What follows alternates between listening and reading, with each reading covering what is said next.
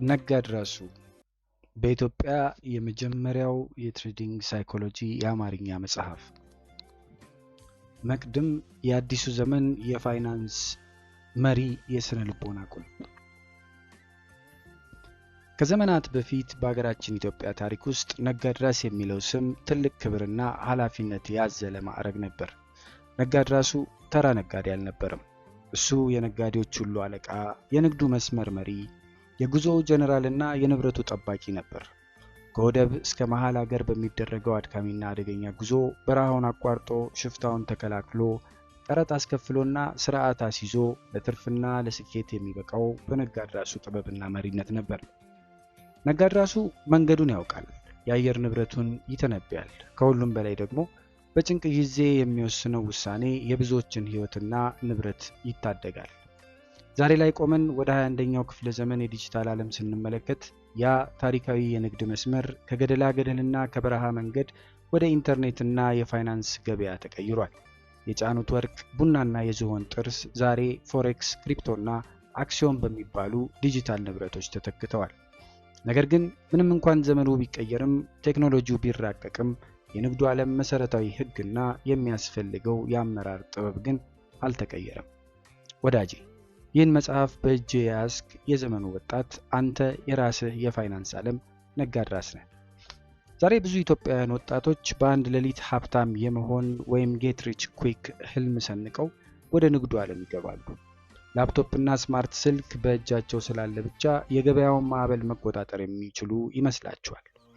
ቴክኒካል ትንተናን፣ የገበያ ቻርትንና የዋጋ መዋዠቅን ማወቅ ብቻውን ለስኬት እንደሚያበቃ ያስባሉ። ነገር ግን እውነታው ከዚህ የተለየ ነው። በዓለም ላይ ካሉ ነጋዴዎች መካከል 90 በመቶ የሚሆኑት ካፒታላቸውን የሚያጡት ቻርት ማንበብ ስላቃታቸው አይደለም። የከሰሩት የራሳቸውን አእምሮ ማንበብና መምራት ስላቃታቸው ነው። የጥንቱ ነጋድራስ በጉዞ ላይ የሚያጋጥሙትን ሽፍቶች በጦርና በጎራዴ እንደሚመክቱ ሁሉ የዘመኑ ነጋድራስ ደግሞ በገበያ ውስጥ የሚያጋጥሙትን የስሜት ሽንፈቶች መመከት አለበት። እነዚህ ስሜታዊ ሽንፈቶችና ሽፍቶች ከውጭ የሚመጡ ሳይሆኑ በውስጣችን ያሉ ናቸው።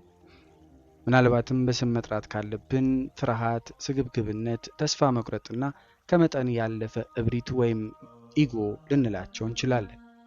እነዚህ የውስጥ ጠላቶቻችን ካፒታሎቻችንን ለመዝረፍ፣ ህልማችንን ለማጨለምና ከገበያው ዓለም ለማስወጣት ተዘጋጅተው የሚጠብቁ ናቸው።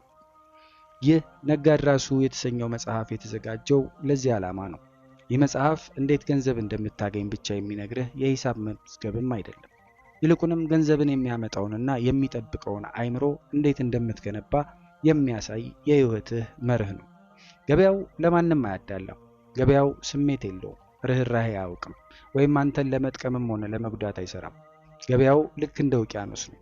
ዋናው ጉዞ ለሚያውቅበት መዝናኛ ነው፣ ለማያውቅበት ደግሞ መቃብሩ ነው። የነጋድራሱ ሚና በዚህ ውቅያኖስ ላይ መርከቡን ወይም ካፒታሉን በብልሃት እየቀዘፈ ወደብ ማድረስ ነው። በዚህ መጽሐፍ ውስጥ የምናነሳቸው ሀሳቦች ከዘመናዊው የምዕራባውያን የትሬዲንግ ሳይኮሎጂ ጋር ብቻ የተወሰኑም አይደሉም። ለኢትዮጵያዊው ወጣት አእምሮ በሚስማማ መልኩ ከራሳችን የቆይታ ባህል፣ ከማህበራዊ እሴቶቻችንና ከአኗኗር ዘይቤያችን ጋር የተዛመዱ ናቸው። ለምሳሌ የአባወራነት ስሜት እንዴት ወደ ኃላፊነት መቀየር እንደምንችል፣ እልህ የሚለውን ስሜት እንዴት ገዝተንና ለጽናት እንደምንጠቀምበት፣ እንዲሁም ደግሞ የማህበረሰባችንን ወሬ መስማት ባህል እንዴት አጣርተን ከመንጋ አስተሳሰብ ወይም ከሄርድ ሜንታሊቲ እንደምንላቀቅ በሰፊው እንመለከታለን። ምናልባት አሁን ባለህበት ሁኔታ ካፒታልህ ትንሽ ሊሆን ይችላል።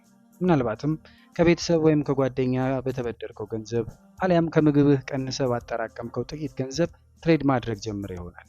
ልብ በል፣ የነጋድራስነት ብቃት የሚለካው በይዞታው ብዛት ሳይሆን ባለው የአመራር ጥበብ ነው። ትልቅ ካፒታል ይዞ በአእምሮ ድህነት የሚመራ ሰው ገንዘቡን ለሌሎች አሳልፎ ይሰጣል።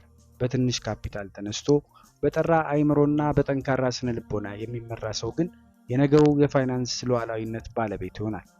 በሚቀጥሉት ምዕራፎች አእምሮህ እንዴት እንደሚሰራ፣ ስሜቶችህ እንዴት ውሳኔህን እንደሚያዛቡ፣ እንዲሁም ደግሞ እነሱን እንዴት እንደምትቆጣጠር ደረጃ በደረጃ ትመለከታለህ። እንደ ኢትዮጵያዊ ወጣት በውስጥህ ያለውን የተፈጥሮ ጽናትና ብልህነት አውጥተህ የዓለምን የፋይናንስ ገበያ እንዴት ማሸነፍ እንደምትችልም ቁልፉን እሰጥሃለሁ። መንገዱ አልጋ በአልጋ አይደለም። መውጣትና መውረድ፣ ኪሳራና ትርፍ፣ ደስታና ሐዘን፣ ሳቅና እንባ፣ ሰርግና ተዝጋር፣ ብዙ የደስታና የሐዘን ስሜት ጽንፎች ይፈራረቁበታል።